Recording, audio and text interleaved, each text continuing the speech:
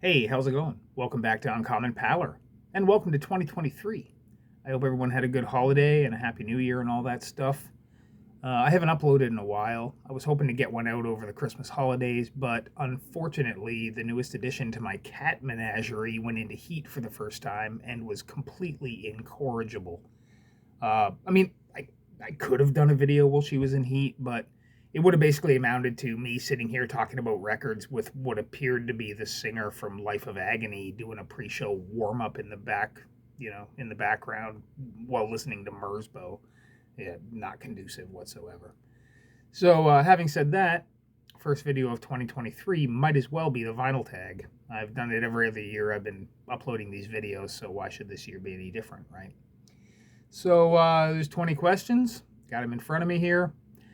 First one, favorite new release of 2022. It really came down between three records. There were three records that I picked up last year that I was particularly taken with. But I think the one that kind of wins out is Cut All of Your Face Off by Nightfeeder, a band from Seattle featuring Jay Styles, who had previously been in Disrupt and State of Fear and some others. I love Disrupt. I love State of Fear, so the fact that I would love Nightfeeder is a bit of a no-brainer. So, yep, that wins out. My favorite release of 2022 was Nightfeeder, Cut All of Your Face Off. Brutal record. Question 2, last band or solo artist you saw live? All right, 2 Fridays ago, December 30th, I was in Toronto. I saw a show at the Velvet Underground. It was S.H.I.T, Poison Ruin, Beyond the Pale, Fertilizer, and another band whose name I forget that were kind of like a techno weird gabber type thing, which I'm not into. Like I went for a walk. But the band that headlined that show was S.H.I.T, who I'm sure a lot of you are familiar with, Toronto hardcore band. They didn't have any records for sale, but they did have 2 new tapes that I picked up.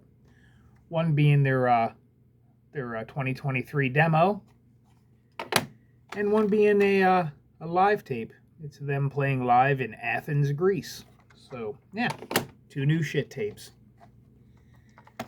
Question 3. Their first album was their best. First one that came to mind, Exodus, Bonded by Blood. This, to me, is way better than anything they ever did. They still got it live, though. I saw them a few years ago, and they were pretty good. But as far as the recordings go, nothing appeals to me as much as Bonded by Blood. This is the 1985 Canadian pressing on Bonsai Records. So yeah, Exodus, Bonded by Blood. Number 4. Hat trick. Show the vinyl, CD, and cassette of an album. I had to cheat a bit here, mainly because I don't collect CDs. I mean, I have some, but not very many, like maybe an arm's length worth. And they're mostly like, CD only, Japanese releases or something, or GIFs. So I kind of had to change this up a bit and just do 3 different formats of something. So I'm doing the Suburbia soundtrack LP from 1984. A film most of you have probably seen. It's got, Flea from the Red Hot Chili Peppers in it, and he's probably the only real noteworthy person in there. One of the guys in it played in Patriots, but, that's kind of a deep dive.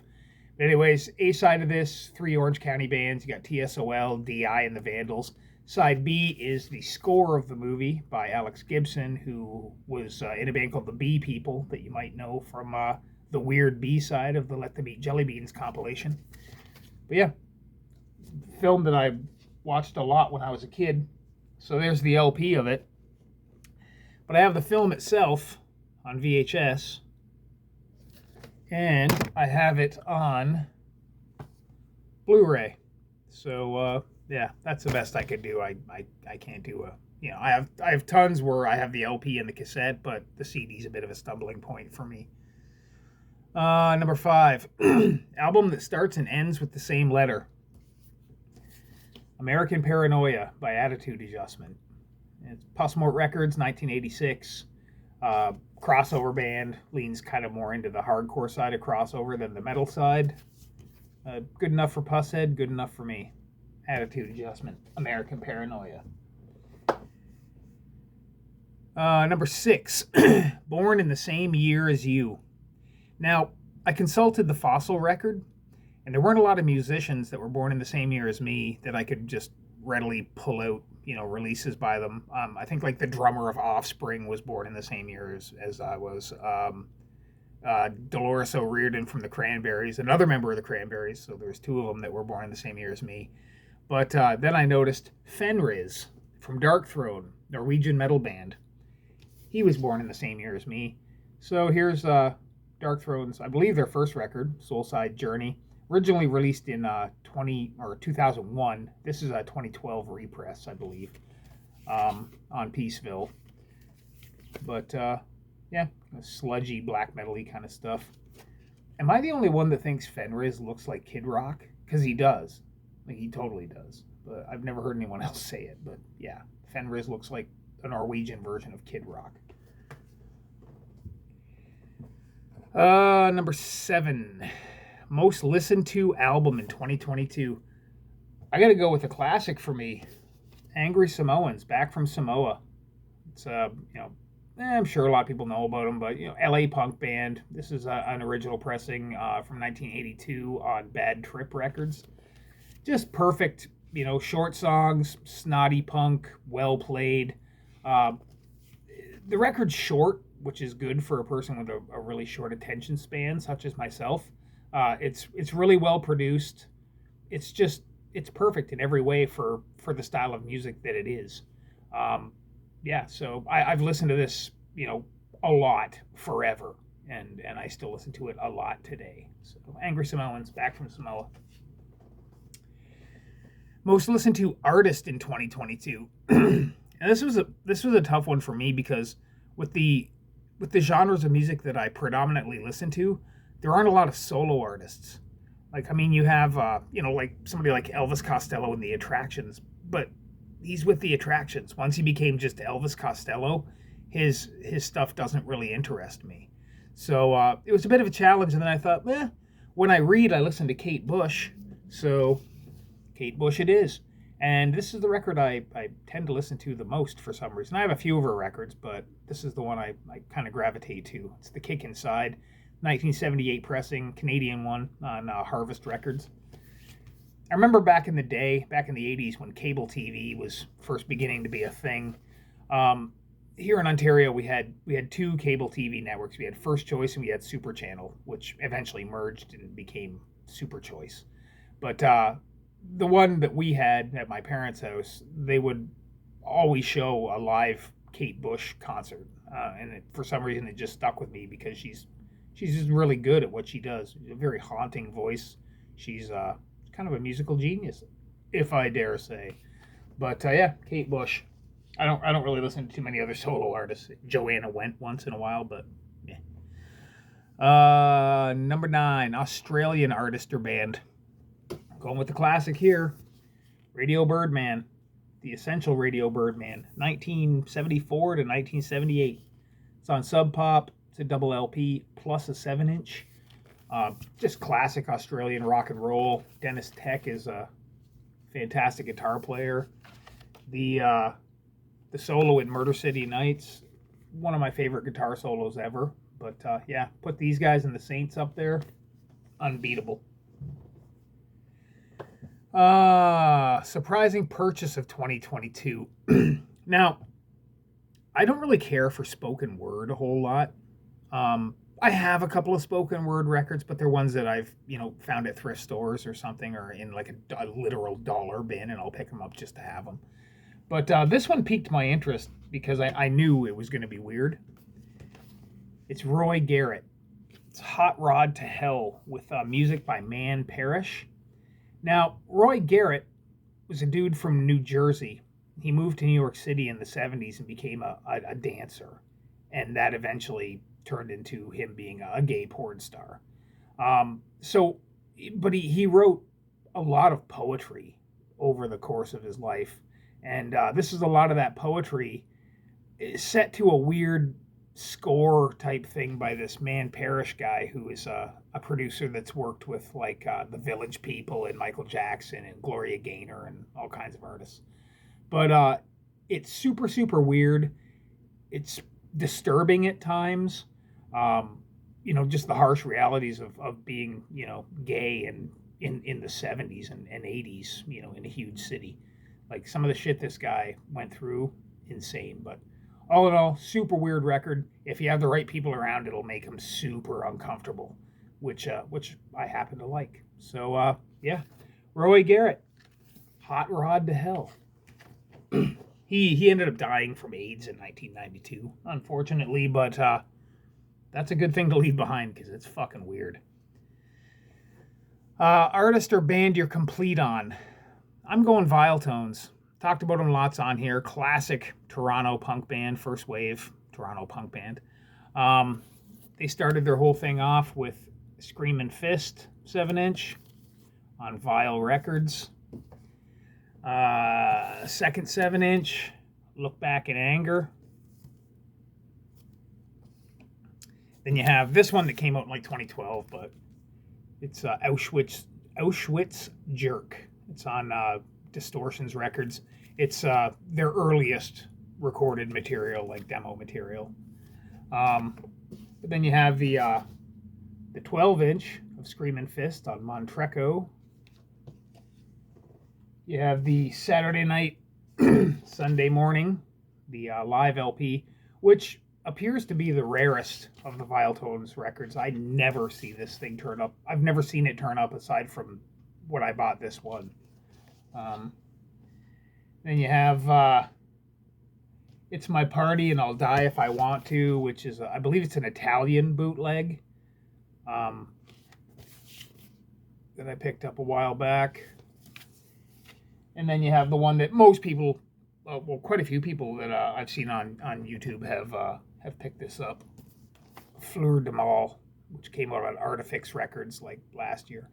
That It's My Party and I'll Die If I Want To. It's the same record. It's just the tracks are in a different order.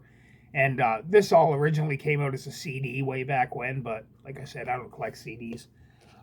There is still a cassette called Chained that I don't have on my person, but I actually bought a copy last week, so it's bought and paid for. I just have to pick it up in Toronto, so then I'll be completely complete in the sense of it all being right here. So yeah, Viletones.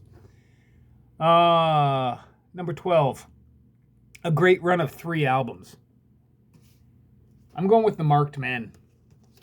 Here's their self-titled on Rip-Off Records. That's from, 90 or 2003. Here's On the Outside from 2004 on Dirt Nap Records. And here's Fix My Brain from 2006. If you don't know who the Marked Men are, perfectly executed melodic punk. Not melodic in the terms of being like power pop. It's just straight up. It's absolutely melodic punk rock. Nothing more, nothing less. They came out of a band called The Reds. Now a lot of them do a band called Radioactivity. Perfect band for me. One of my top 5 bands of all time, I think. But yeah, the Marked Men, 3 perfect albums. If you go on to their 4th one, Ghosts, it's a great record as well. 13, an 80s soundtrack. UKDK, a film about punks and skins.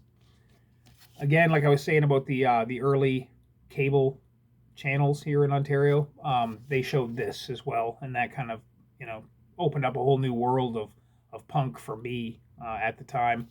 You got the Exploited, the Addicts, Chaos UK, the Business, the Damned, Verukers, Angelic Upstarts, Vice Squad, all the heavy hitters. Few of these bands weren't actually in the film. Like Angelic Upstarts weren't in the film. Pressure weren't in the film. The Vibrators weren't in the film. So, yeah. Although Blitz was in the film, and they're not on the record, so must have been a contractual thing.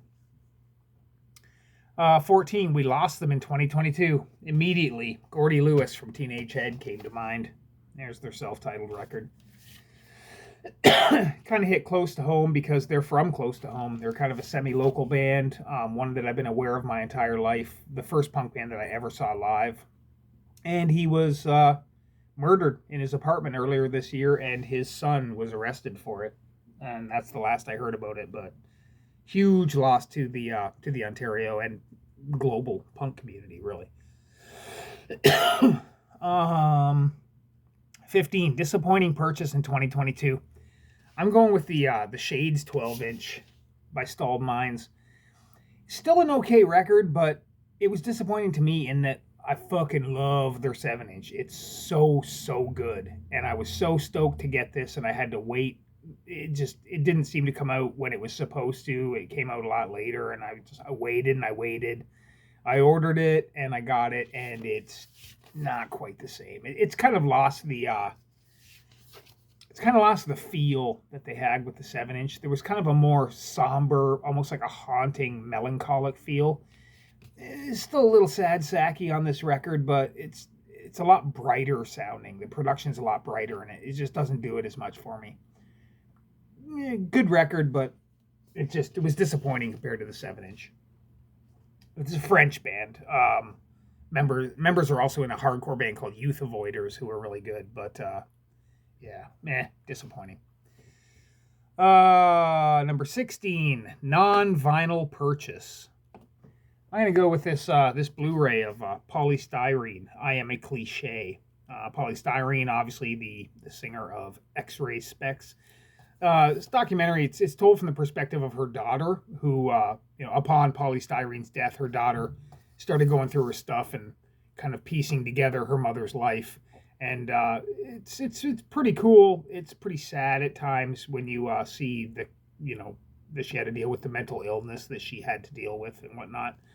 Stuff that you just don't really know. Like you've heard Germ-Free Adolescence, and you're like, it's a good record, but you don't know what happened to Polystyrene after. And in this, it kind of tells you, and it's both kind of uplifting and sad at the same time. But definitely, I recommend it. It's good.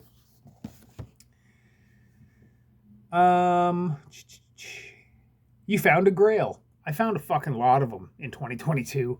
But I'm just gonna, where the fuck did I put it? There it is. I'll go with this one. Necros, Conquest for Death on Touch and Go Records from '83. Super snotty, not give a fuck punk rock from Maumee, Ohio. Just one you never see. Pusshead art on her. Great record. It's definitely would be considered a grail. Also got like the Effigies, Desperate Bicycles, other ones that would really be considered grails, but that's the one that first came to mind, so that's the one I'm showing. Number 18, a space-themed album, sleeve, or song. I'm going with the Darvocets. Awesome conspiracy theory-themed punk band from Cleveland, Ohio. I actually have 3 versions of this record. The other 2 have the same cover, but they're colored vinyl, and they have a screened B-side. The one's got a UFO on the B-side. The other one's got a crop circle. This here, apparently, it was sold at a show that I went to way back when. But it was basically, there was just overflow. They had extra copies of the record, so they just made these sleeves just to get rid of those copies of that record. So it's limited out of 80. Yeah, I got number 44 out of 80. But fantastic band. And definitely a whole lot of, aliens and UFO themes going through their music. So, yeah. Darvocets, Your Planet Sucks, 12-inch. And, number 19, show some VCLT or a present. Now, I have a video on deck that I'll be doing probably the next video that's showing some VCLT that I got, in the last half of last year that I never got around to showing. So I'm not going to show any of that, but I do have a gift that I received from my good friend Krista. Krista's very crafty. She makes things and sells them at craft fairs and stuff like that. And one of the things she does is wood burning. So she ended up grabbing this box and wood burning the Pusshead hand on it, which turned out really well, and I'm very happy that she did it. Although she did have to be a bastard, where it doesn't open the way a book opens. She did it from the opposite side, just to fuck with my OCD. So thanks, Krista. You're the best. But yeah, this is still pretty cool, regardless of whether it's going to drive me nuts in the future or what. But yeah, Puss Head Hand, wood burned on a box. And last but not least, question 20. Show an album released in 1973. Got a British band here. Bedlam. It's their self-titled LP from 1973. It's on Chrysalis. It's a hard rock record, kind of a bluesy hard rock record, featuring Cozy Powell on drums. Produced by Felix Papalardo from Mountain. Putting on the Flesh.